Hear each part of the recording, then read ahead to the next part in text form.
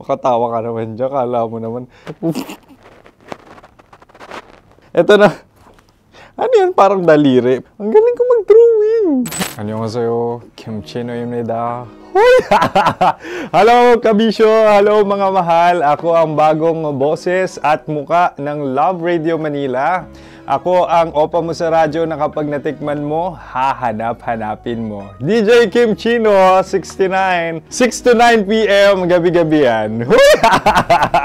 At ngayon, mas makikilala nyo na ng lubusan si Kim Chino kasi maglalaro tayo ng Blind Pictionary. Kailangan pa ba ng blindfold yung ganitong mata?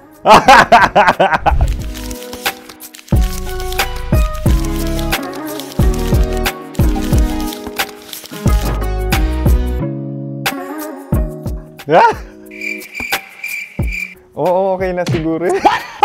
It's a lion. Kasi matapang ako. King of the jungle. So I wanted to be king of your life. At gusto ko rin talagang mag-excel at maging successful sa radio industry, mahal. Wow! Mukha naman lion, no? Hala, ang hirap Happy, please.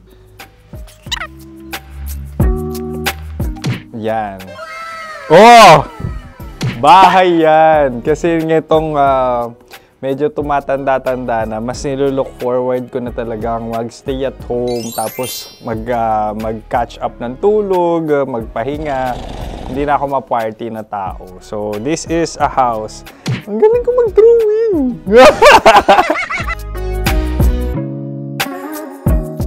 Unang hinahanap. Yan, okay na. Cellphone talaga. Look at this dude. Cellphone yan Cellphone yan mga kabisyo. So,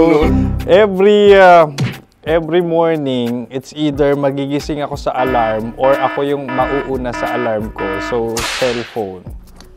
Mukha naman cellphone.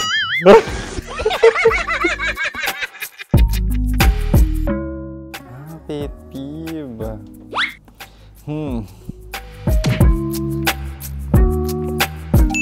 Yan, okay na yan. Pero pera talaga to, pera. Pet peeve ko talaga kapag naaalala ko nung mga personal friends ko, lalo na sa social media, tapos kakamustahin ka pero mangungutang lang pala ng pera. So this is money sakit. Una sa lahat, wala rin akong pera. Pangalawa, nakakaalala lang sila pag may kailangan.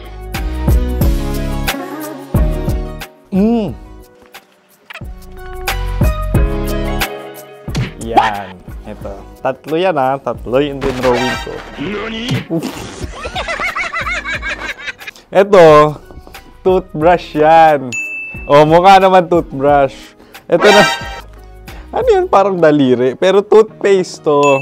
Tapos ito naman, dental floss. So, ako kasi maalaga ako sa ngipin. At mahilig ako sa kape. So, every time na after ko kumain, after ko uminom ng colored drinks, talagang necessary or it's a must for me para magsipilyo.